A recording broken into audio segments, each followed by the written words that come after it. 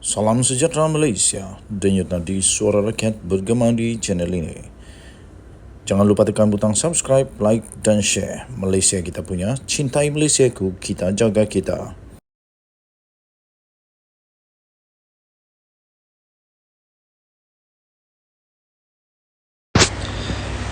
Salam sejahtera Malaysia, denyut nadi suara rakyat bergema di channel ini.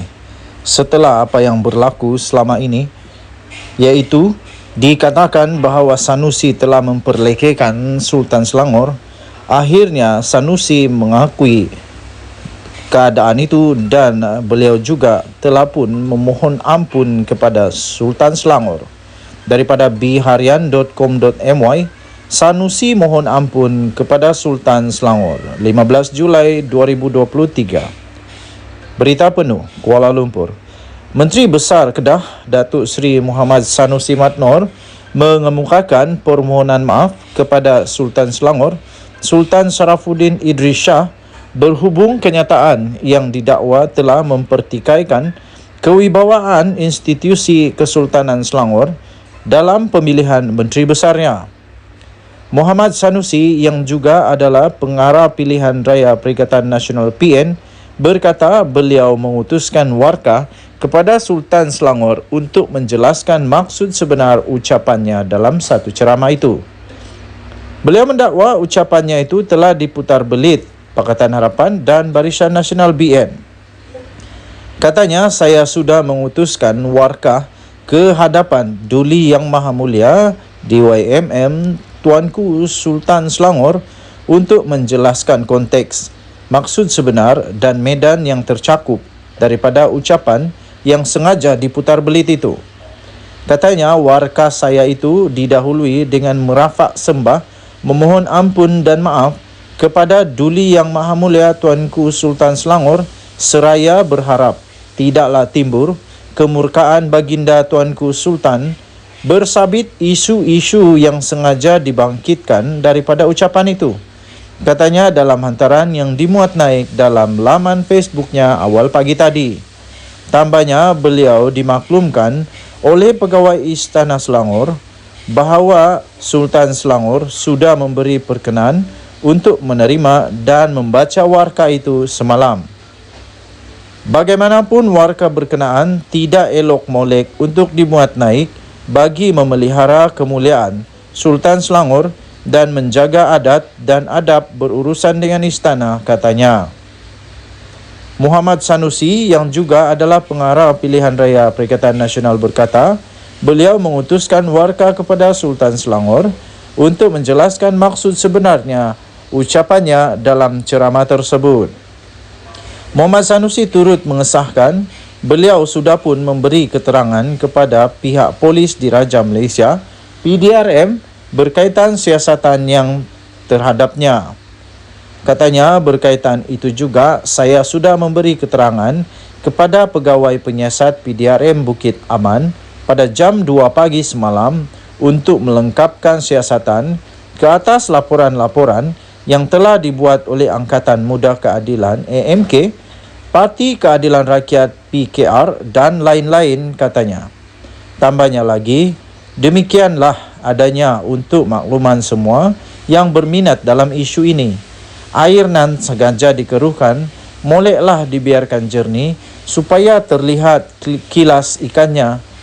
Menaguklah di ketika itu, katanya. Dalam ucapannya yang tular itu, pemimpin PAS itu dikatakan menyentuh mengenai perkenan Sultan Selangor berkaitan pelantikan Menteri Besar Selangor. Susulan itu pelbagai pihak telah pun membuat laporan polis, termasuklah yang menyifatkan beliau telah menghina institusi beraja di Selangor. Sanusi disiasat bagi kesalahan yang berkaitan dengan ucapan yang berbaur 3R, iaitu kaum, agama dan raja. Denyut nadi suara rakyat bergema di channel ini. Jangan lupa tekan butang subscribe, like dan share. Malaysia kita punya, cintai Malaysiaku, kita jaga kita. Bye-bye. Salam sejahtera Malaysia. Denyut nadi suara rakyat bergema di channel ini. Kata Mahathir, dia kalah kerana rasuah. Sekali lagi, kata Mahathir, dia kalah kerana rasuah. Adakah ini bermakna calon PN yang menang di Langkawi sebab beri rasuah? Daripada sabudin.com.net baru kita dapat baca 14 Julai 2023 punya artikel ini. Baru tadi saya dapat dan menarik untuk dikongsikan. Kata Mahathir, dia kalah kerana rasuah.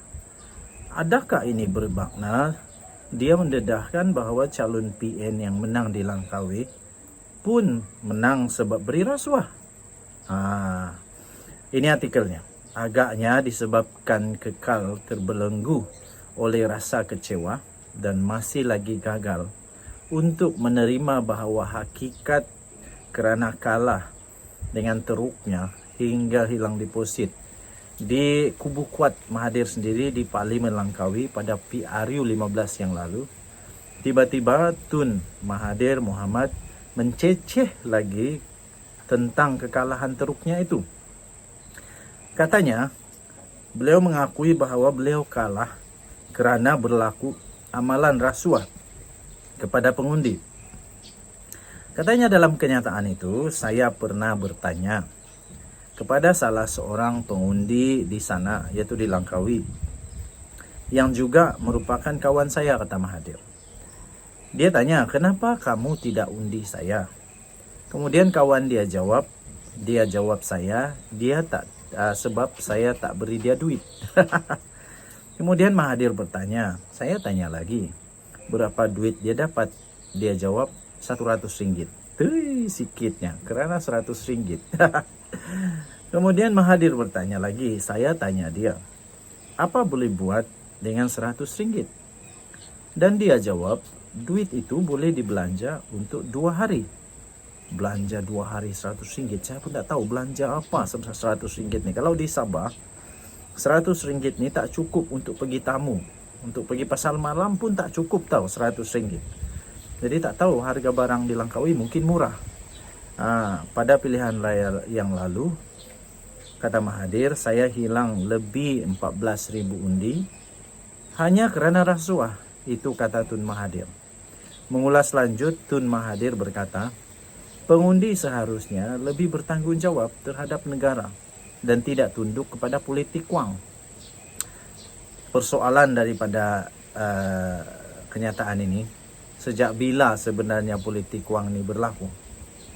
Saya nak tanya saja ini, adakah waktu Mahathir jadi Perdana Menteri ada politik wang tak? Saya tak pasti, tapi harap-harap tiadalah. Kalau ada, nampaknya Mahathir meludah ke langit terkena sendiri. Kalau ada, harap-harap tak ada lah. Harap-harap tak ada. Mahathir berkata lagi, jangan buang undi sebab kamu dapat undi rasuah.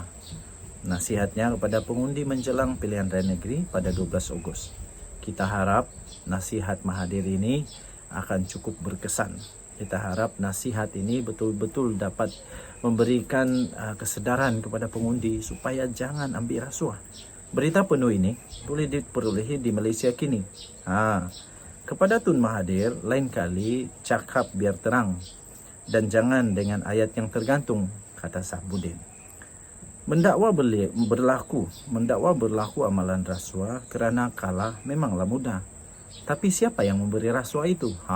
Ini persoalan yang paling besar yang Mahathir perlu jawab. Saya fikir kerana kenyataan beliau ini, SPRM bakal akan buat tindakan. Saya fikir SPRM akan tanya dia nanti dari mana dia dapat maklumat itu, dan orang yang beri maklumat itu pun mungkin akan ditanya juga nanti. Soalan paling perlu dijawab ialah siapa yang beri rasuah. Saksi itu pasti tahu dari mana wang RM100 itu. Di sinilah kita akan tengok sama ada betul atau tidak cakap Mahathir ini, dan siapakah yang bertanggungjawab memberi rasuah RM100 ini. Adakah ia dilakukan oleh calon Perikatan Nasional? Ini lebih seronok. Atau calon PH dan BN? Tak kisahlah. Sama ada calon PN kah, calon PH dan BN kah, yang penting mesti dapat diketahui siapa. supaya kalau dapat diketahui, nanti kita tahu siapa yang beri rasuah, barulah kita tahu siapa sebenarnya yang patut menang. Tapi pada pilihan raya yang lalu itu, Perikatan Nasional menang besar betul dengan 13.518 majority. Kalaupun Barisan Nasional digabungkan dengan Mahathir punya undi, masih belum cukup. Dan kalau digabung ke semua undi, BN, PH dan Pejuang ini pun masih belum lagi dapat mengalahkan Perikatan Nasional. Kalau beliau boleh bertanya kepada seorang pengundi Langkawi yang juga kawannya yang dikatakan menerima duit rasuah itu, kenapa tak tanya siapa yang beri duit rasuah kepadanya? Ini kan lebih baik. Tetapi dengan mendakwa beliau kalah kerana rasuah, tak secara langsung bermakna calon yang menang lah yang melakukan rasuah itu. Takkanlah calon PH dan BN yang sama-sama kalah seperti Tun Mahathir pun memberi rasuah juga. Dalam hal ini, kenapa Tun Mahathir tidak berani mengatakan secara terbuka calon PN yang menang di Langkawi, Muhammad Suhaimi Abdullah telah memberi rasuah dan itu punca kemenangannya, kata artikel ini. Adakah kerana Tun Mahathir sekarang sudah berbaik dengan PN dan bersatu, maka ia tidak berani disebutkan secara terbuka? Dengan main-main tuduh sembarangan rambang seperti ini, apa gunanya? Tak ada guna. Tapi nanti SPRM akan siasat, ada guna. Apakah dengan mengaitkan kekalahannya dengan rasuah, ia bermakna semua calon pejuang yang hilang deposit di seluruh negara pada PR15 juga disebabkan oleh rasuah? Lagi pula, kenapa Tun Mahathir tidak membuat laporan polis atau melakukan petition bantahan atas kekalahannya jika benar ada amalan rasuah? Nah, ini baru betul. Jangan pula selepas ini tiba-tiba ada tren cakap-cakap tapi tak berani buat laporan polis. Kalau betul lah Tun Mahathir ini dakwaan itu ada, kalau betul pergilah buat laporan polis cepat-cepat supaya kita tahu siapa yang salah. Dan yang paling penting supaya kalau ada laporan polis ini barulah dapat disiasat oleh SPRM. Kan betul begitu. Kenapa terus bising dan mencece tak habis-habis di media saja? Kata Sabudin Husin, 14 Julai 2023. Anda boleh lihat ini di sabudin.com.net. Tajuknya, kata Mahathir, dia kalah kerana rasuah. Adakah ini bermakna calon PN yang menang di Langkawi sebab beri rasuah?